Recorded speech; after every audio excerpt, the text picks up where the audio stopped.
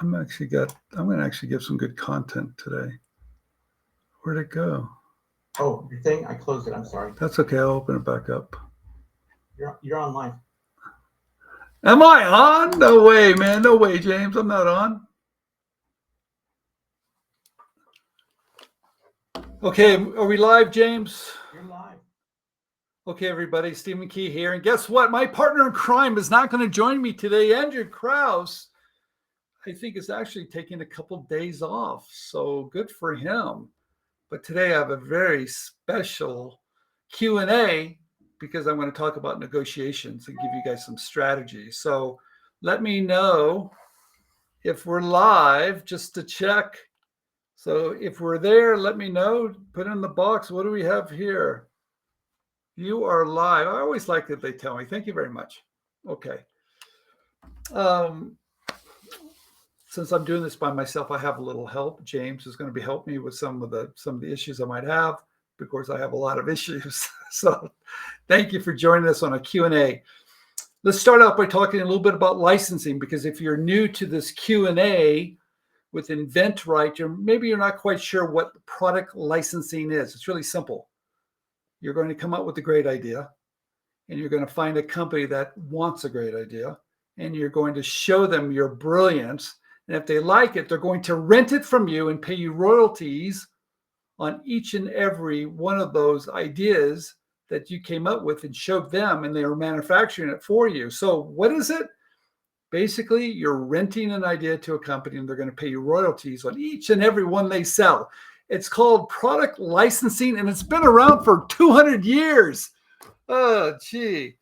Most people are not familiar with it.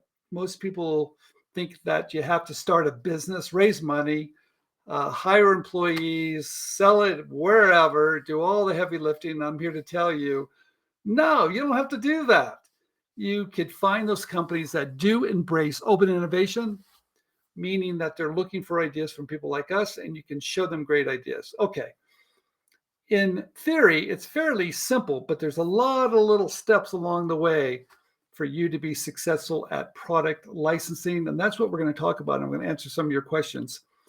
Today, I'm going to do something a little special too. I am going to actually give you information on licensing agreements. I love licensing agreements. I love when it happens, but you need good information. In fact, what I'm going to talk about today with some of the questions that you're going to provide me, I am going to talk about how to negotiate a licensing agreement. But really, what I'm going to talk about is that I'm going to give you strategies to give you leverage. So when you do get that licensing agreement, and if you've done this work beforehand, it's going to help you cut a better deal. So does everybody understand that? Give me a thumbs up if you understand what I'm going to be showing you today. So before we jump in, for me to give you I'm going to give you 7 tips on licensing strategies. So when your licensing agreement does come over, you have a little leverage. What do I mean? What do I mean by leverage? Meaning you're going to get a great royalty rate, you're going to get minimum guarantees, and they're going to do a good job for you. Everybody thinks that the time to negotiate is when you receive a licensing agreement, but no. You need to start early, way before you ever receive a licensing agreement. You need to start early so when it comes over, you have some leverage. Okay, well, I'll get to that in just a minute. So let's start it off. Does anybody have any questions about the licensing or about anything for that matter for me? If you do, put them in the chat, and I'd love to see what you have. So I see someone says, okay, brings all the good stuff. Thank you very much. I don't see any questions yet. No questions. Come on. I know you got some questions. Let me hear one. I did a great interview the other day with a patent agent, Kevin Prince, which you're going to see up on our YouTube channel, how to really identify a good patent attorney or a patent agent to work with. So be ready for that. That's going to be coming up.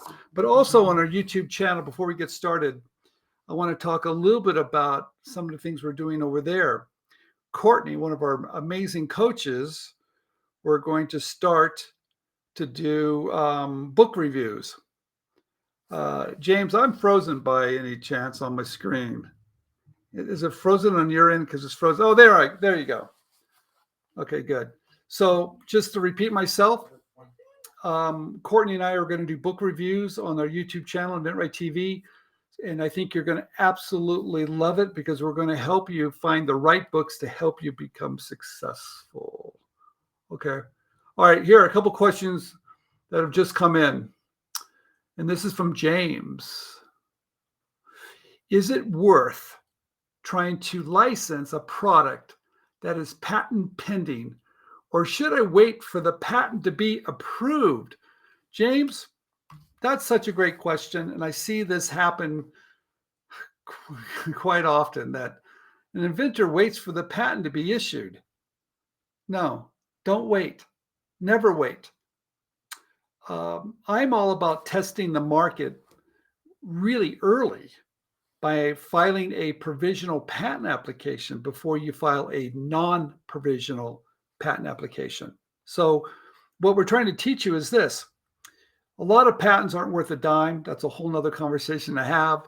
So what I'm trying to share with you, it is a numbers game. And what that means is that you need to test ideas quickly. And you can do that by filing a provisional patent application, which gives you a year before you have to file for a real patent or a non-provisional patent application. And that way you can test your ideas.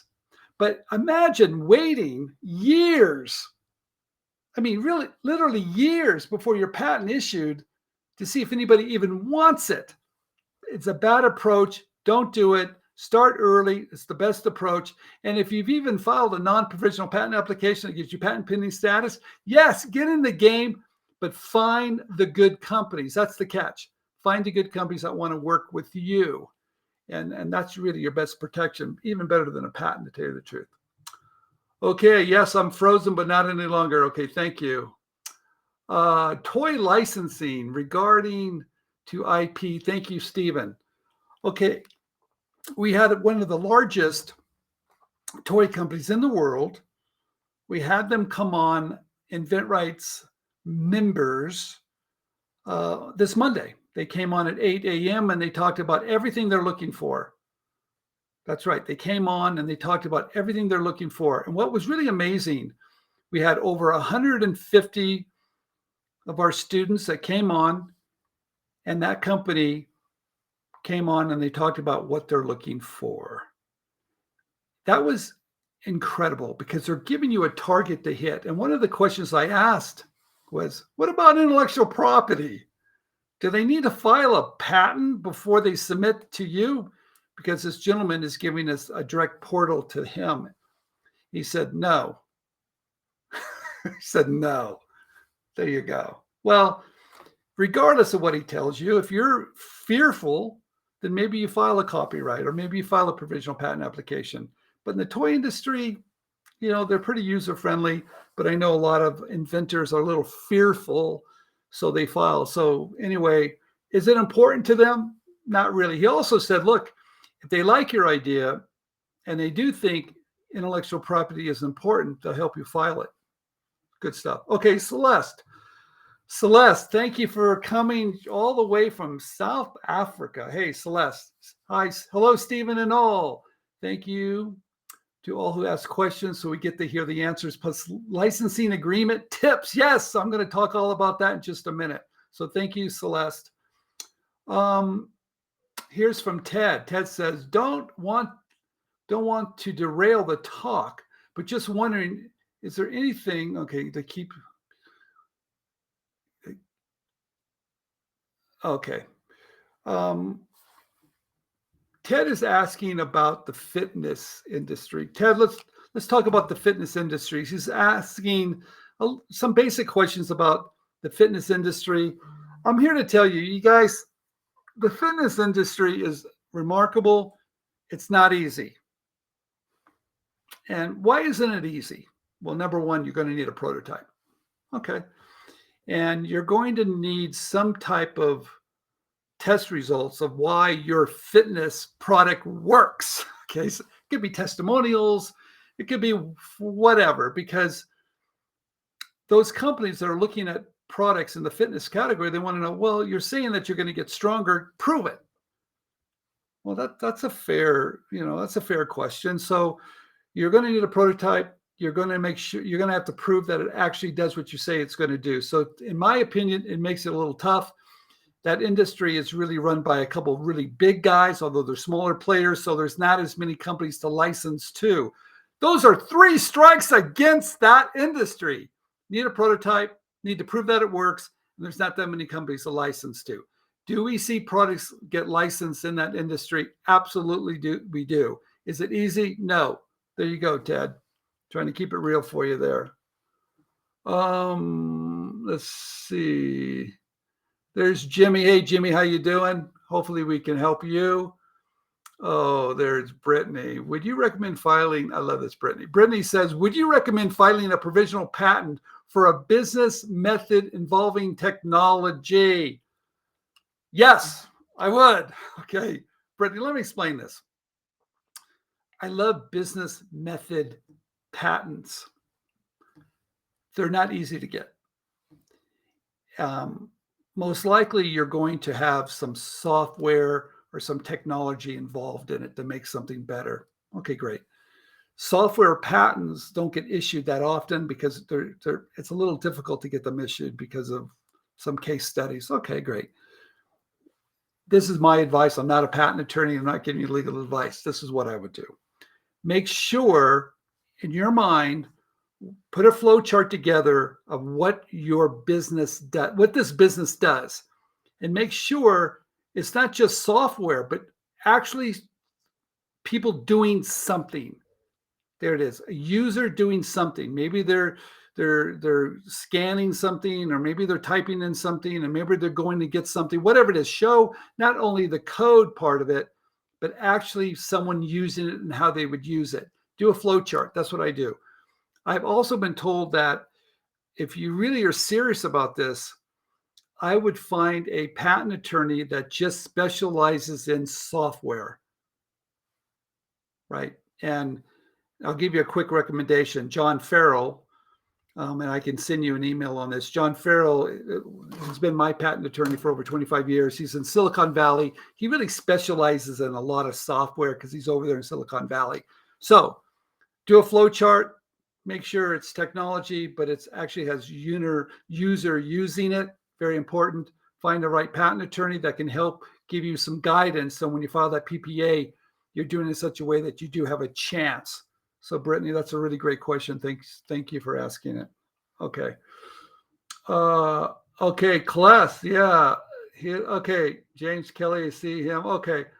All right, you guys, I'm going to talk a little bit about licensing agreements, and then I'm going to come back to a few questions. Okay. I want to talk about 7 things that you can do, 7 strategies that you can do to help you when you're going to be negotiating your licensing agreement that's going to give you leverage. And you have to start early. Okay, number 1. Let's see. Hold on one second. Number 1, you're going to file intellectual property, and I like a provisional patent application. You guys, I love that tool. You're going to file a provisional patent application that I call transaction ready. And I actually do a lot of videos on this, and I talk a lot about this. No patent attorney is going to tell you how to do this because they're going to tell you how to protect an invention. I'm going to tell you how to negotiate a licensing agreement with your application. They're different. But also, if you follow this process I'm going to talk about, if you file a provisional patent application that's transaction ready, not only is it going to protect your invention, it's going to help you get a licensing deal. It's going to do both. Because I'm going to look at it not only from a legal perspective, but from a business perspective. Okay, so what does that mean? Transaction ready. That means doing your homework. That's right. That's all it really means, doing your homework and filing it in such a way that when someone sees it, that potential licensee, they're going to go, holy cow, you did a good job. That's it. You're going to write it in such a way that it's a selling tool to convince the company you know what you're doing. So only you can really do this. Now, you can gather the information, file it yourself. We have a great software package called Smart IP that's going to help you file it yourself. Or you can hire a patent attorney or patent agent, but you have to compile this information, regardless who does it. You do it, I'll hire somebody, doesn't matter. Compile this information. And what is the information? Real quick. Identify the problem. Talk about the problem so an 8th grader, 7th grader, 6th grader could understand the problem. Frame it so anybody can understand it. The solution, your invention, make it so simple anybody could understand it. Problem, solution. And then what is how to manufacture it? I cannot tell you enough. I talked to a patent attorney last week and I asked him, how important is knowing how to manufacture your invention? And do patent attorneys know that information? He said, no, we don't know that information. I go, what? He goes, no, Steve, we have engineering backgrounds, but do we really understand the manufacturing? Yeah, kind of, but we don't, that's not our job. And we really don't do that. We're not taught to do that. When I'm here, I'm telling you something different. If you can put how this thing's going to be manufactured, it is gold, right? That's so important. And there's ways to find that out. I'm not going to talk about it now. I could go too long into it. But the point is problem, solution, manufacturing, now materials, absolutely the most efficient way to manufacture it. Oh, that's gold. Workarounds, variations. Workarounds, variations. How would someone steal it from me? I want to show that company, that licensee that's looking at my idea. I want to show them in such a way they're going to go, holy cow, this guy has problem, solution, manufacturing, workarounds, variations. He's shown me everything. It's transaction ready. The guy has thought about it. In fact, if you compile it that way, it's going to be so convincing you're going to get your licensing agreement. So let's circle back. Number one, how to leverage to make sure you get a very good licensing agreement. Make sure your provisional patent application is transaction ready. Okay. Number two, God, I went long on that one. Sorry. Number two, strong marketing material. You guys, your marketing material is so important. And if you're doing it yourself, you're doing it wrong. I hate to tell you that. You guys, good marketing material is not just a pretty sell sheet, a pretty picture.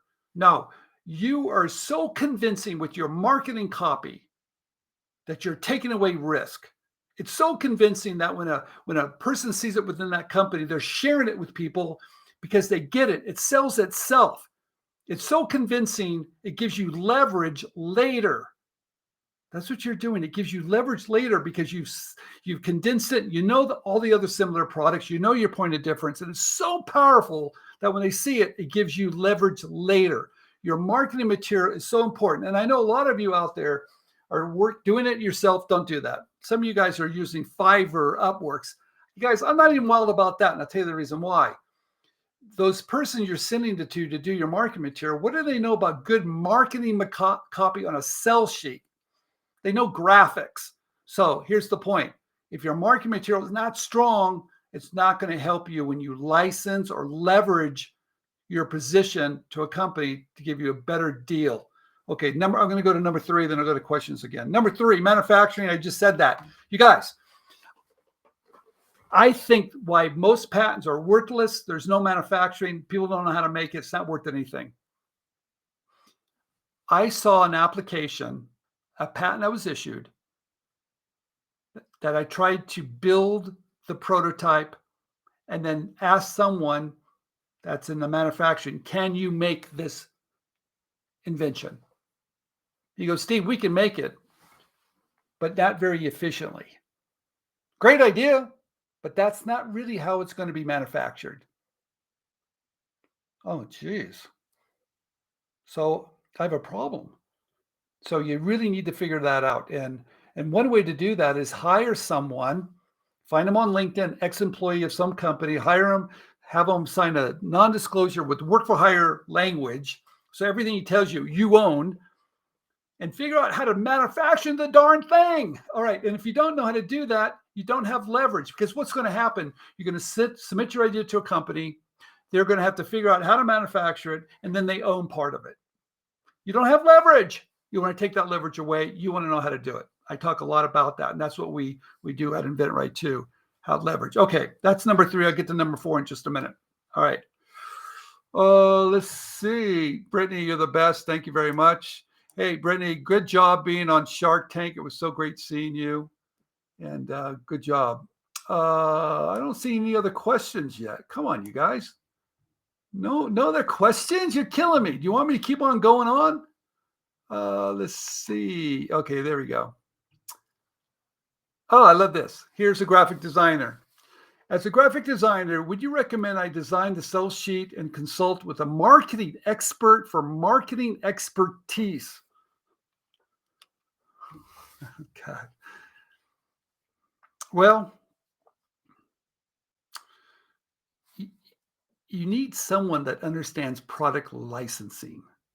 You need someone that can help you condense your product into one sentence that's powerful. You need someone that understands the difference between benefits and features. You want someone that understands the art of the pitch. You want someone that knows how to take away risk. You want someone that can use powerful words to get a company to say yes. So can you just hire a marketing expert to do that? I don't think so. You need someone that understands product licensing. That's the expert you need to get. I love that question. That is a great question. Thank you very much, Christy, for asking that. All right. I had a question. See above. Let me see above. Okay. My father tried to venture himself. No real sales to speak of or major social following. Okay. She wants to know, is that going to reflect negatively? I get that all the time. Okay. You're watching Shark Tank. Everybody says, hey, venturing is easy to do. We have Amazon. We can get it made anywhere. And I'm going to sell it myself. And you realize it doesn't work that way. The hardest thing to do is just because you can do it doesn't mean you should do it. I tell everybody, look, venturing is really tough. Most people fail at it. It takes years to do it well. You need experience at it. But I see a lot of people ending up with failure doing it. You tried. So what? Does that mean it's the end of the road? No, not at all. What that means is you can take some of the things that you've learned and reach out to a company now and present it in such a way that they can see you didn't know what you were doing. Okay, I hate to say that.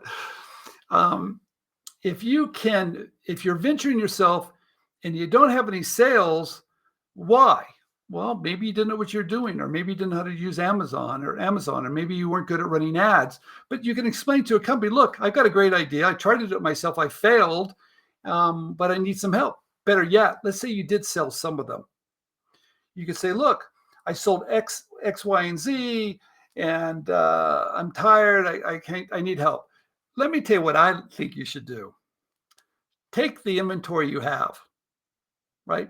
Go down to your local store that you think is going to carry it and talk to the manager in there and say, look, I'm going to give you these products here to sell, take everybody out to lunch. I just want to know if people buy them. That's right. And I would also tell them, and I'll give you an example of that. Let me grab this real quick.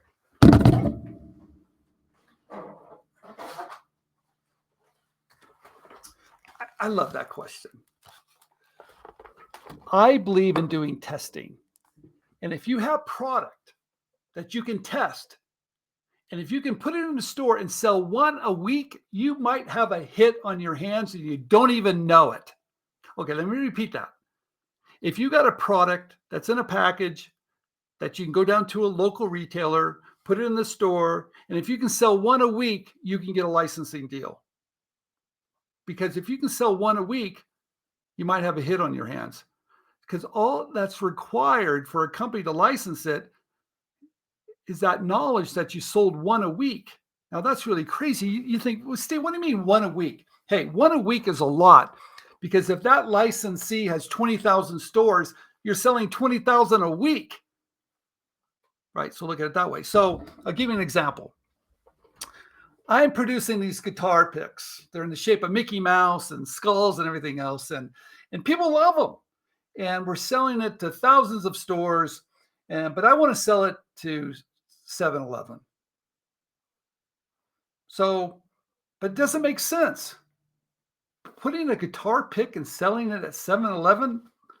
So I walk into the local 7-Eleven. I said, look, hey, you know me, I work down the street. Thank you for being there, whatever. And I said, hey, I've got this great product. It's guitar picks. I think your audience is going to love it. Can I give you a package to put in your store to see if they sell? He said, Steve, you think musicians come in here? That many musicians come in here? I said, no, you don't understand. We've designed guitar picks so the fans love them, the fans. And he said, okay. I said, look, I'm going to put a display. I want to put it by your counter. All the products there are yours. If you sell it, take everybody out to lunch. I just want to know if they will sell. I just want the data. That's all it was. So we went ahead and built these displays by hand. And I was able to put these products in there. And I put it on the front counter. Now, that counter space is really precious, but I needed people to see it. So I built this little handmade display, put it in there. And sure enough, I put it in on a Friday. I came back on Monday and it was gone. I thought, what do you mean it's gone? He must have kicked it to the curb. I didn't sell any. So I walked in there and I said, hey, just checking to see if you sold any.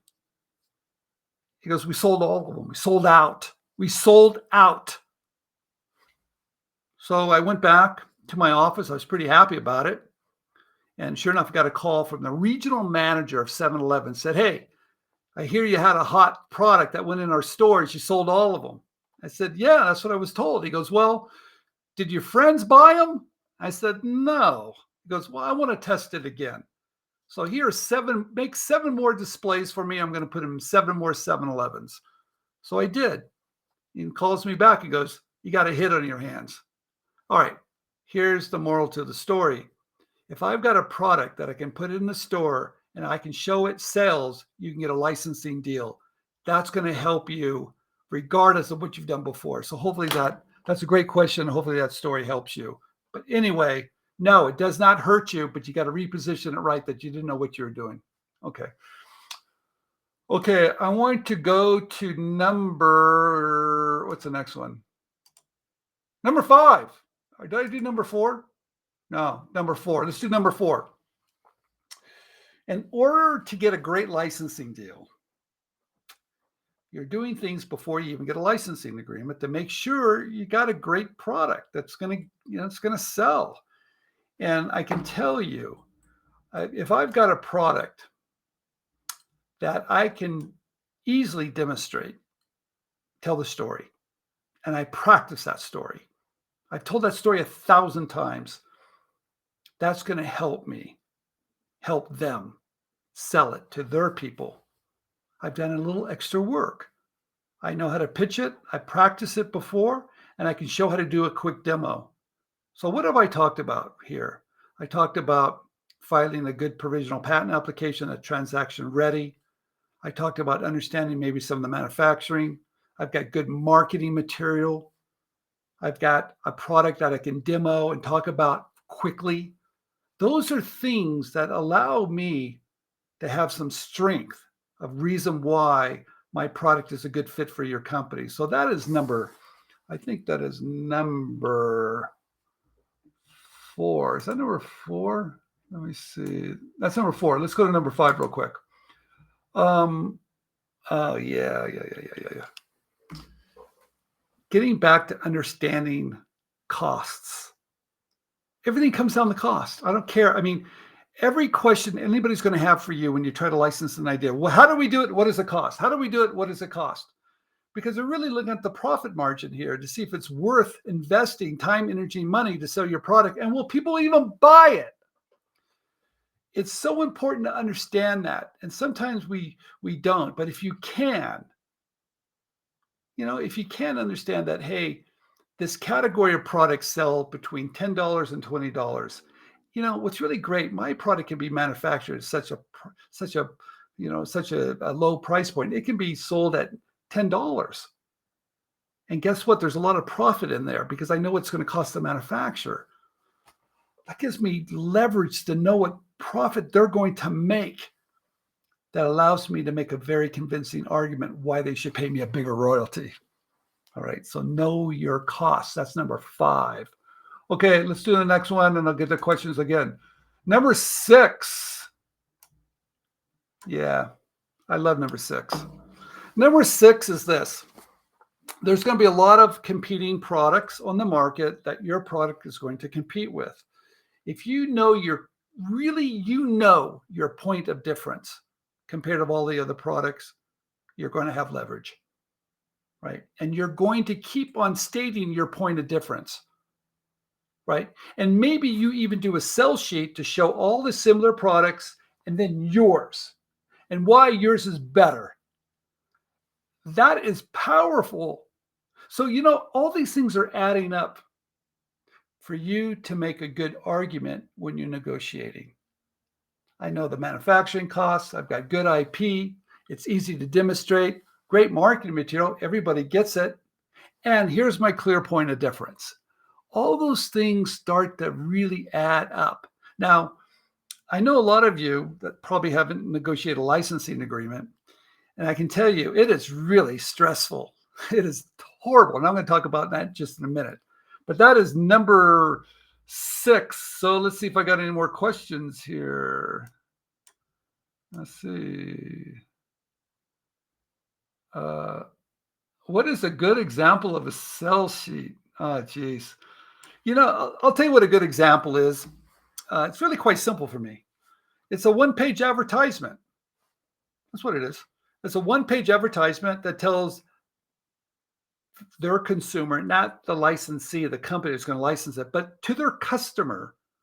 It's a one-page. Why would you want to buy this? It has a big picture. The biggest picture on the sell sheet is your product. It could be a prototype. It could be a photograph. It could be a 3D computer-generated rendering that looks real. The most important part is the one-line benefit statement at the very top. The one-line benefit statement at the very top. It's your unique selling proposition. Why would anybody care? Very, very important. And then features and benefits, contact information. That's all it really is. But you need to be able to understand it within a seconds. I like to tell everybody, it's really simple. It's like you're driving down the freeway and you look up at a billboard, and within seconds, you know exactly what that product is. If your sell sheet is not communicating the benefit of your product within seconds, you don't have a good sell sheet. So that's what that is. And thank you for asking that question. Believe me, I've tried to convince. All right, here's the person that's trying to convince her father. I've tried to convince him to license, but he didn't listen. Now he's open to the idea. Oh, yeah. Well, let me tell you what happens. Who comes to us on InventRight? It's real simple. Usually someone that's just beginning, which is wonderful. Someone that has done a couple steps and they think they're further along, which they're really not. Someone that has tried the license, has failed, or someone that has ventured and it's fed up with it. We get people through all stages. We also have organizations as large as the Smithsonian that we help, and different types of organizations too. So we see all of it from beginners to even advanced. We even have members that have licensed 20 ideas, and they're still members of our community because there's always more to learn. All right. Yeah, sometimes people have to learn. You know what's really great, you guys? Sometimes doing it yourself and failing teaches you more than you can imagine. It's painful though. And I really don't think you have to go through that pain, but some people do. So it's okay. I just want you to get started. David, thoughts on bigger ticket, inexpensive products as it relates to licensing? Bigger ticket, inexpensive products. David, I need more information. Because bigger ticket and then inexpensive, I need more information. Don't quite understand it. And inexpensive. And inexpensive. Bigger ticket and inexpensive. Give me an example, David. Jimmy, your question is way too long. I'm not going to answer it. Here's another one from Ted. Yours is too long too. So let me get to Jimmy right here. Would you respond?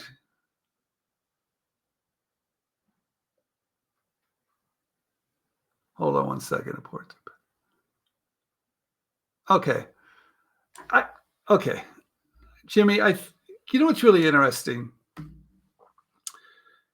I think where people are making mistakes because they don't know how to deal with some objections. So, for instance, I'll give you an example, Jimmy, that a lot of people trip up on. So I'm in a meeting and this patent attorney on this company side or someone says, "Hey, Steve," I'm frozen again here. They might say, "Steve, there's a lot of similar products on the market, you know, and there's probably prior art, so why would we pay you?"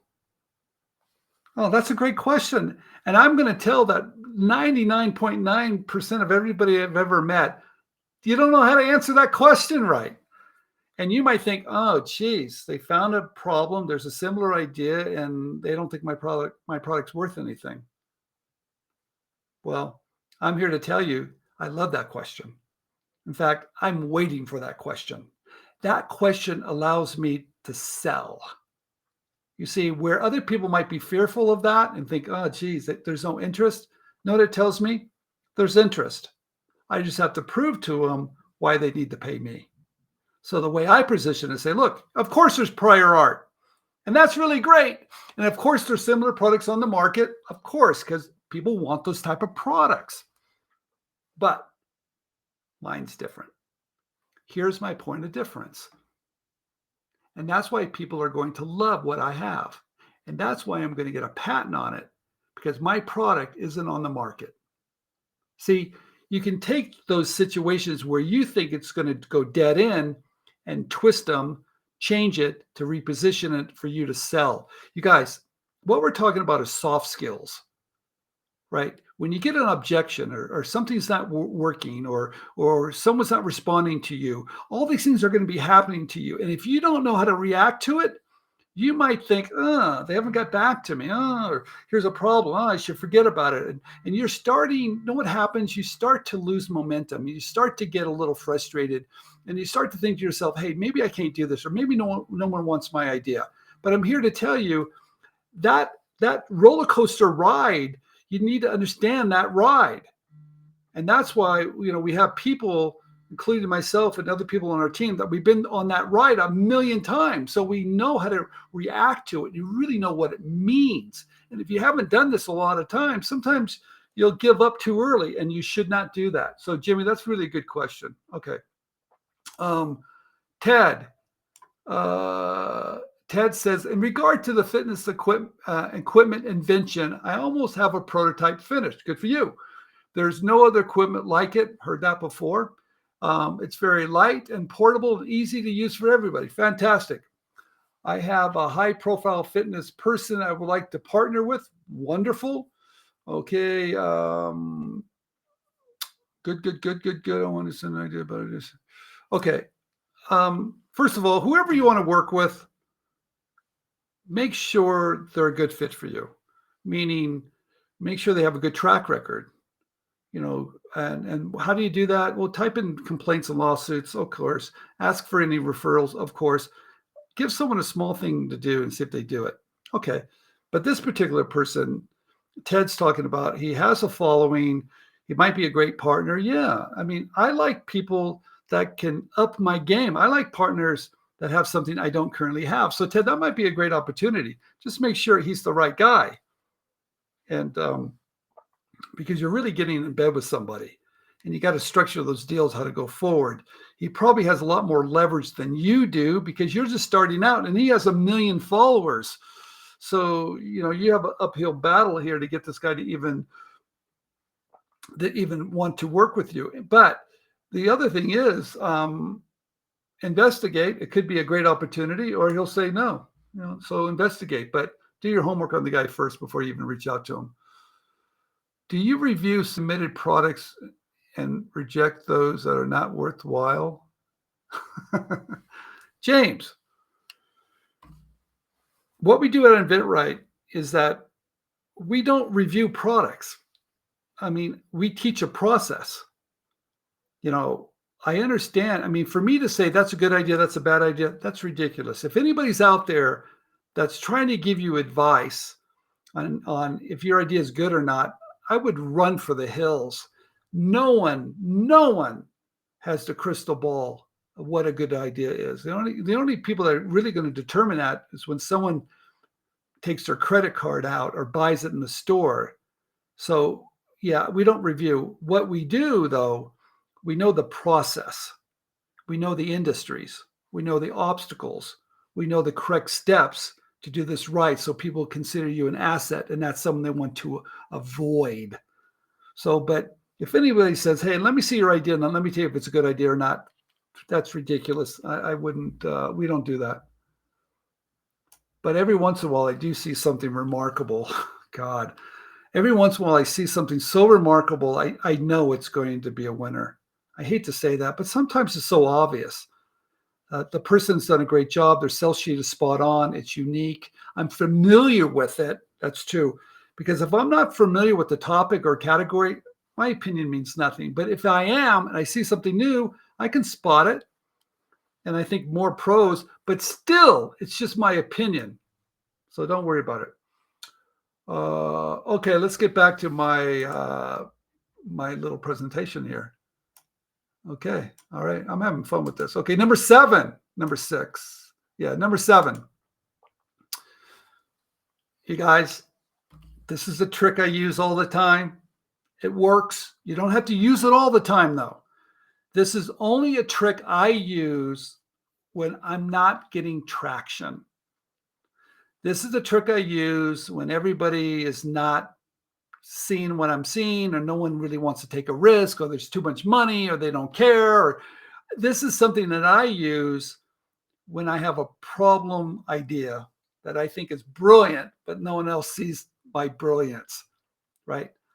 I show to that licensee, a company that's looking for ideas, I show them market demand. I show them market demand. Okay, what do you mean by that? I'll give you a good example. This product here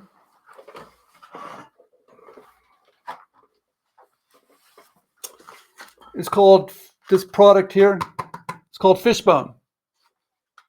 And this is a container for beverages that's 100% curbside recyclable. No plastic rings. Okay. It's a great concept. I'm part of a team. I love this product. It makes perfect sense. Plastic is terrible. It's 100% curbside. If you go to fishbone.com, you can see it there. That technology, to test it, to get someone interested, was going to be about $1 million. $1 million. Okay, so how do you get someone to spend $1 million on a test? All right, that's going to be really impossible. So we got a very big company saw it, and that company said, I want it. That's called market demand. They didn't give me a PO, but just the size of that company wanting it, I could find a company now and go, hey, that company wanted it. Can you help me? And sure enough, that's exactly what we did. And the company ended up licensing it from us and spent $1 million to test it. That's called market demand. Do you need to do that in all situations? Heck no. But let's say I had a product that I thought was great for Walmart or Home Depot. And I was reaching out to a potential licensee, and I just couldn't get them to do anything. Well, I could reach out to a buyer at Home Depot or Walmart, and I've done this before, and say, look, I'm working on this idea. I just want to get your input. I think it's perfect for your customers. Could you take a look at it and tell me what you think? That's all. Tell me what you think. And if the guy says, hey, I like this, bingo. That's market demand. I can take that and find a licensee and say, hey, look, that buyer at that retailer wants my idea. Will you help me? That's called market demand. You can do it. And we help a lot with that. It's incredible. You can do it, but you don't have to do it every situation. Okay, number 8. I got some other stuff I want to show in a minute here. Okay, so let's go to questions again.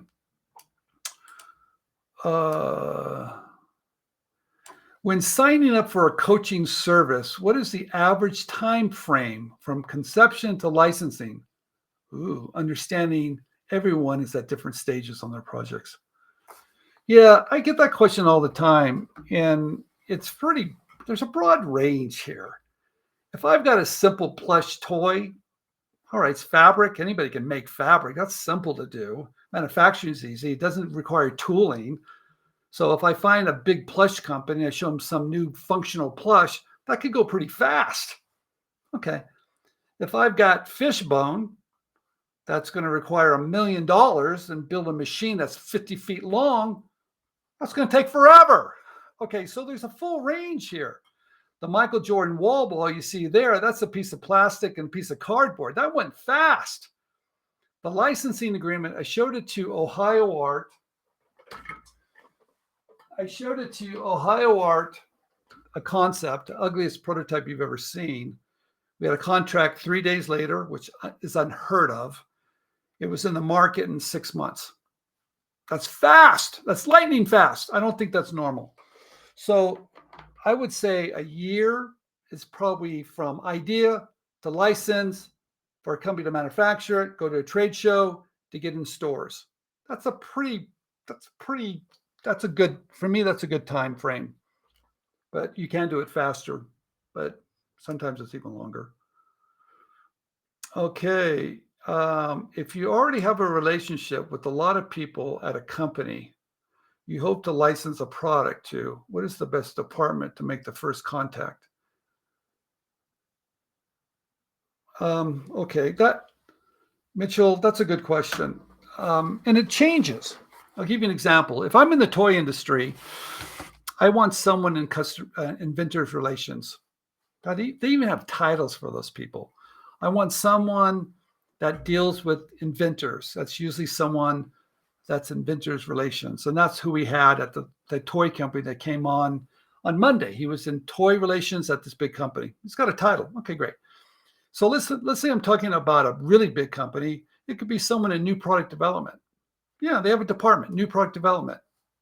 So that he could have that title. It could be someone in it could be someone in sales. The guy in sales, let me tell you the reason why I go after sales. And I went after someone in sales just the other day. I was trying to get into a company. No one was responding to me. Drives me crazy. I'm trying to get on LinkedIn.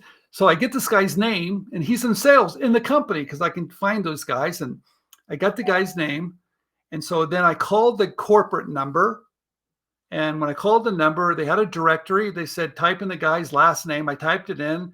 It went right to the guy, and the guy picks up. Hello. And he was in sales. Now, I know he's not the right guy, Mitchell. I know he's not the right guy, but he's the guy that can lead me to that right guy. Sales guys always pick up the phone. They're good to call. Marketing managers, product managers, they're the best, you guys. Because marketing managers, product managers, they're really responsible from the front to the end, all the process. But they're hard to get to. So it all depends on the type of size of company, type of industry. So it all depends. You can always type in on LinkedIn the name of the company, get the people, and start typing in titles. And see and look at the titles, see who the people are, and see what their job description is, and find the right person there. But someone that's going to be interested in new products. There you go. Let's see. God, what a great questions we have today. Misha, hi, Stephen.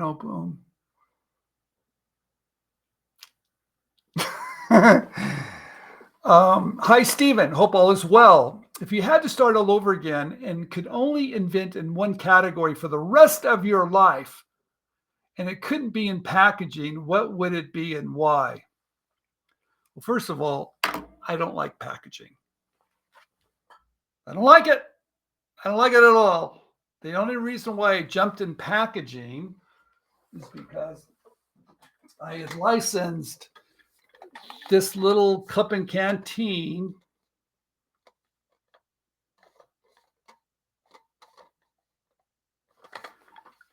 to a company that was selling in all the Disney stores and theme parks around the world. So I licensed it to that company, and they did a whole line of rotating cups and canteens. And I was loving it. In fact, I designed a lot of products with that little spinning mechanism, and it was great until I read an article where there was never enough information on labels. And then I thought, well, gee, maybe I'll make a rotating label that when you rotate, it gives you more information. I didn't know what I was doing. I just jumped over there, and I stayed over there because it was a great opportunity, and it produced a lot of revenue for me. And then I just started watching the revenue, to tell you the truth. So what industry would it be in? I don't really know. I was in the toy industry for quite a few years, but I wasn't really great at that. I licensed some ideas in the toy industry, but I just felt that I didn't love it like some people did. And I felt that if I didn't really love it, I probably wouldn't be very good at it. And but some people are in the toy industry because they love it, and you should be. If you're playing games and you love toys, stay in that industry. So I guess my answer: find the industry that you're just passionate about. Yes, James? Trinkets and trash. Yeah, I guess that is my favorite. Yeah, let's talk about that. James, you had to mention that. I'm not an inventor, although I have been an inventor. I've been inventive. I've invented things, but I'm not really an inventor. I'm a guy that thinks I'm pretty clever, and I can design things that I think people want. And it has nothing to do about being an inventor. Design things that people want. And I was very fascinated by designing, and this is where I started my career, and designing trinkets and trash. What a terrible name that is. Trinkets and trash. What that is designing things for fast food restaurants or for the box of cereal, the little things that are premium giveaways are called trinkets and trash. I guess I would stay there. I liked it. I liked it because you had a very small amount of money to create something that someone wanted. And I was fascinated by that. To me, it was a challenge. I liked the challenge. And they were just things that were fun. They were playful. And they put a smile on your face. And they didn't really mean much. And what I really like about it, if you see over there, I don't know if you can see that. I had a Michael Jordan that was in a giveaway in a cereal, Kellogg's. That was Trinkets and Trash. And I did a lot of stuff that fit in that category of novelty gifts, things that people don't really care about. They throw it away. I think I'd probably stay there. And the reason why, they're silly, they're fun. And I think it fits my personality a little bit. And because I don't think I'm that clever to do some really great stuff. There you go. I said it. I said it, you guys. I said it. Tip number 6. What's that? You missed David's question. He clarified on the question he asked. What did he say? Let's see. Okay. There it is. Here's David. Sorry, approaching bigger ticket product licensing versus more impulse inexpensive stuff. I believe under 20 is the sweet spot for Walmart. How do things change with larger ticket licensing? Oh, that's a great idea. Great question. I think, I like consumables myself. I like ideas that are going to be on everything. Everybody uses them every single day. I love consumables. That's why packaging is kind of interesting. That's why even trinkets and trash, little novelty gifts, I really like it because they're consumables. Big ticket items, I don't really see a lot of ideas licensed in those areas, really. I think you can. I just don't see it that often. And maybe we just don't have a community thinking that way. But I'm trying to think back. Any big ticket items that were licensed? The biggest deal that we were involved in InventRight, and I don't know if it was a big ticket item, but it was in a truck. So I guess that's a big ticket item. Every truck, I'm not going to name the type of truck, but every truck that's in the United States has a technology from one of our members. And that was probably the biggest deal I've ever seen. And they signed an NDA, which I really can't discuss it, but I can tell you that was a big deal. And there was a buyout. It wasn't even royalties, it was a buyout. And it was in the millions. And I guess that's a big ticket item because it was in a vehicle. But I usually don't see it in big ticket items. Maybe $29, $49, $59, $69, $100. Anything above that, I usually don't see it. Maybe some kitchen, wait a minute, I take that back. Some kitchen, maybe you might see it. But no, it's really the lower stuff. That's where I see it. But great question. I really don't know why, but it's usually the lower stuff. Here's God, I love some of these. Scott, I really like that Scott appears. He's coming in a little late. Hey, Stephen, I'm testing my memory here, but I seem to recall that when you visited IDEO, which is an amazing design firm in Palo Alto, way back in 2004, you showed a container for motor oil that included a label with an integrated funnel to help pour the oil. I love that idea. Yes, Scott, God, what a memory. James, you remember that idea? Yeah, that's a long time ago. That's really a long time ago. This was a concept. I can't believe you got a great memory. That's almost like 20 years ago. This was a label that was on an oil container that you would, and they have all these ECLs, expanded content labels. But what was really clever about this label, you'd peel this label off on an oil container and you'd fold it in such a way, and you could use it as a funnel. Wow. Now, Scott, I never did anything with it. I don't know if it was even mine or somebody else's, but I'm surprised you showed it. But no, it never went anywhere. But I love that idea because you need a funnel, don't you? And the label provided that. It was a functioning label. That gets back to things that are simple and clever and inexpensive. And Misha, that's what I really like. That's the area that I really like. Things that are simple, that have a wow factor. Wow, look at that. Wow. And inexpensive. Those are the things that I'm fascinated to buy. And that you're coming up on your time. You better do tip 7 so they get them all. All right. Thanks. Tip number 7.